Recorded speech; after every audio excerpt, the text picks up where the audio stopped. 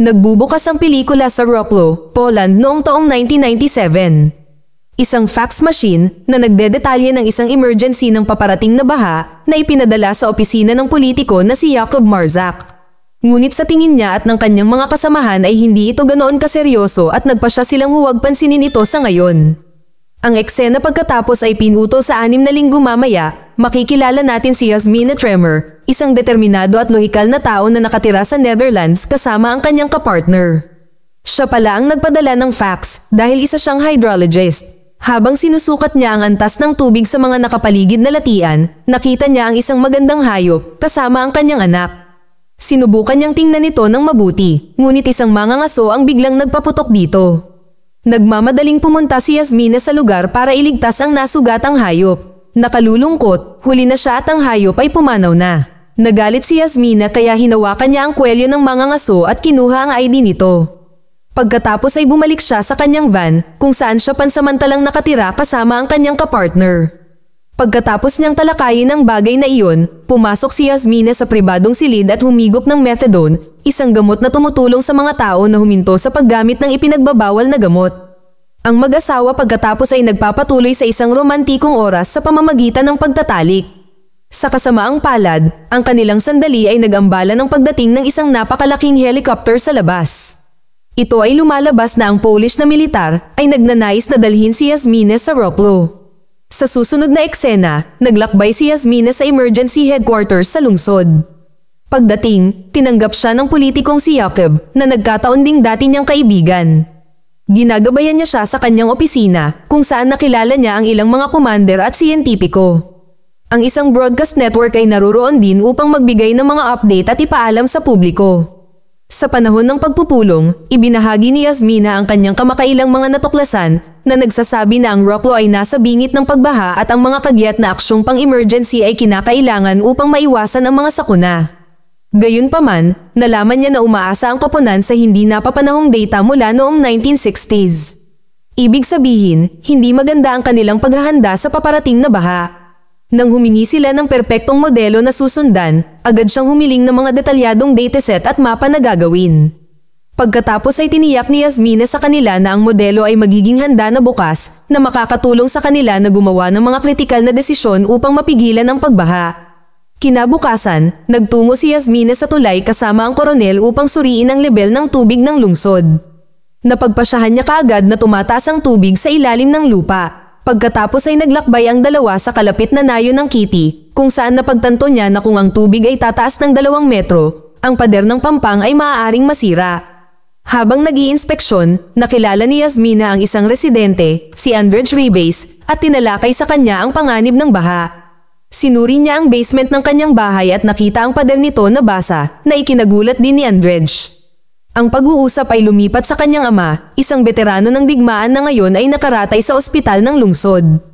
Umaasa si Yasmina na makausap siya para malaman ang mga nakaraang kaganapan sa pagbaha.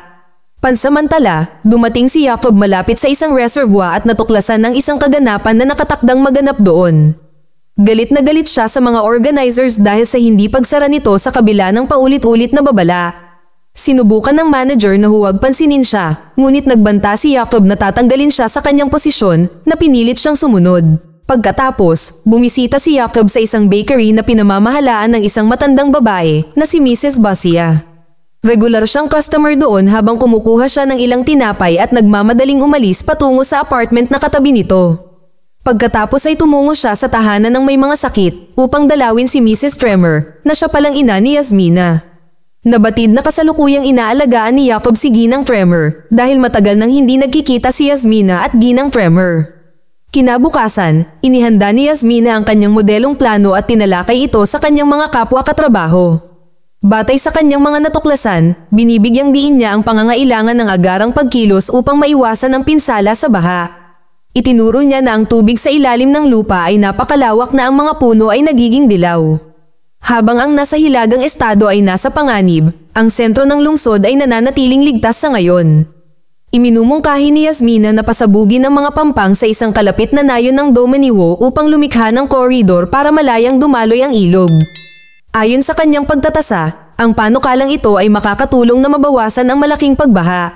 Nababahala si Jacob dahil pinoprotektahan sila ng mga pampang ng baha mula sa pagtaas ng level ng tubig, kaya tinanong niya si Yasmina kung bakit nila iisipin na pasabugin ang mga ito. Siya ay tumugon na ang flood banks ay tumataas na ang antas ng tubig at bagamat ang mga ito ay mabuti para sa maliliit na pagbaha o katamtamang baha, magiging malaking problema ito pagdating ng malaking pagbaha. Sa impormasyong ito, sa wakas ay kumbinsido na si Jacob at inutusan niya ang militar na maghanda para sa planong demolisyon. Kinabukasan, nang dumating si Yasmina sa Domaniwo sakay ng helicopter, natuklasan niya ang isang wir at ilang mga gusali sa tabi ng ilog. Napansin niya na ang topografiya ay hindi tumutugma sa mga nakadetalye sa ibinigay na mga mapa. Habang inihahambing niya ang dalawa, mabilis niyang napagtanto na ang mga mapa ay mula sa taong 1967. Pagkatapos ay ipinaalam sa kanya ng piloto na ang wir ay itinayo ilang taon na ang nakalipas upang suportahan ang Latka Dairy Enterprise. Ang bagong impormasyong ito ay nakakaapekto sa kanyang hypothesis dahil ang mga pagbabago sa ekolohiya ay makabuluhang binabago ang batayan para sa kanilang mga paghatol. Nangangahulugan ito na ang mga lugar na malapit sa mga ilog ay umuunlad.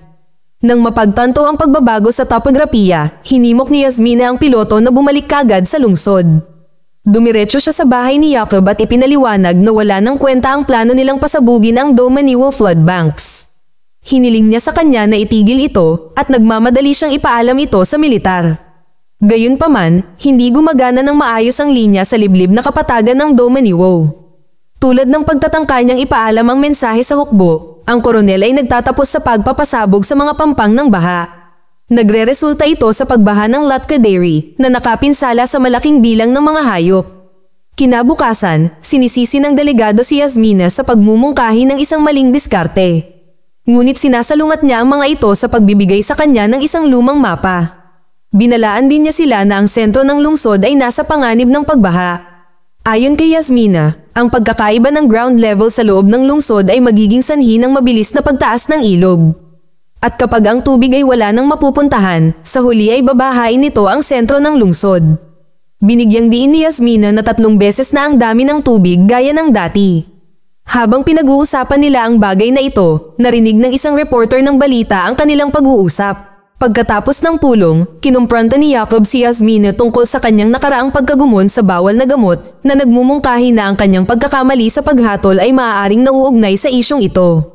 Ngunit hindi niya ito pinansin at lumabas ng opisina nang hindi nagbibigay ng tamang sagot. Nang maglaon, inalok siya ng reporter ng balita na sumakay pa uwi bilang kapalit ng impormasyon. Pumayag naman si Yasmina at sa kanilang pagsakay, ibinunyag niya na dahil may 5 ilog sa lungsod, ang flood banks ay babaha sa buong probinsya. Nangangahulugan ito na ang buong lungsod ay mawawala.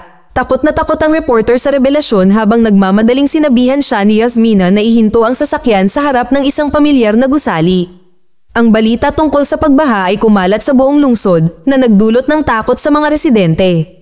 Sa susunod na eksena, dumating si Jasmia sa pintuan ng apartment ng kanyang ina at nag-iwan ng liham sa kanya, nagbabala tungkol sa mga panganib sa baha at hinihimok siyang umalis kaagad sa bahay.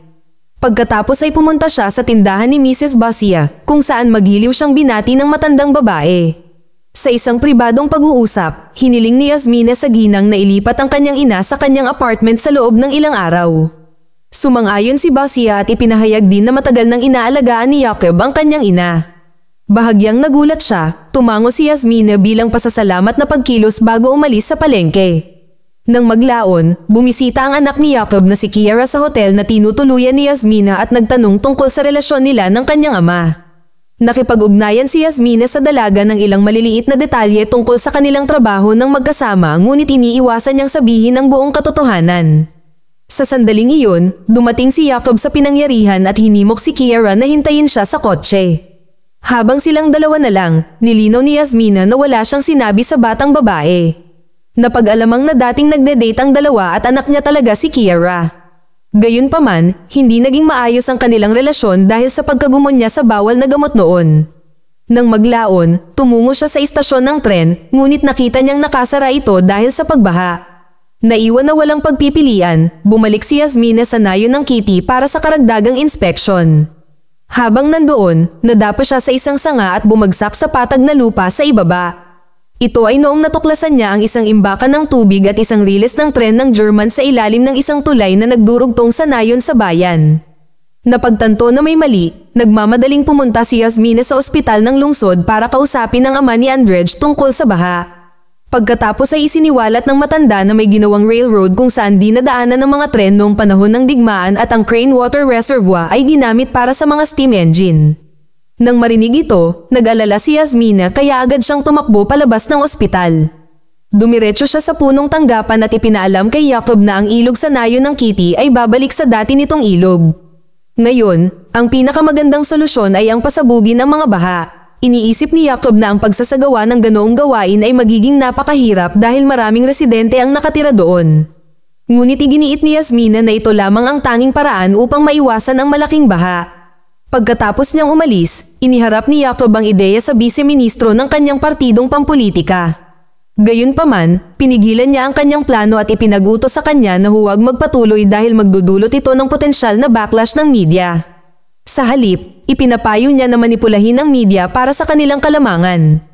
Kasunod ng utos ng kanyang nakatatanda, inutusan ni Jacob ang kanyang sekretarya na maglabas ng impormasyon tungkol sa plano ng demolisyon sa nayon ng Kitty. Hindi nagtagal, iniulat ng media ang mga planong pasabugin ang mga flood banks ng Kitty at ang mga nakapaligid na lugar ng nayon. Ang operasyon na ito ay dapat na panatilihin ng sentro ng lungsod ng Wrocław mula sa pagbaha ng papasok na alon. Nang maglaon, nang dumating si Yasmina sa nayon kasama ang hukbo, inarangan ng mga taga-nayon ng kanilang daan patungo sa flood banks at nilalabanan ang kanilang plano. Naiintindihan nila na nagagalit sila sa pagsasakripisyo para sa kapakanan ng lungsod habang walang natatanggap na tulong para sa kanila. Samantala, tinignan ni Kiara ang mga pribadong drawer ng kanyang ama at nakahanap ng ilang larawan niya kasama si Yasmina.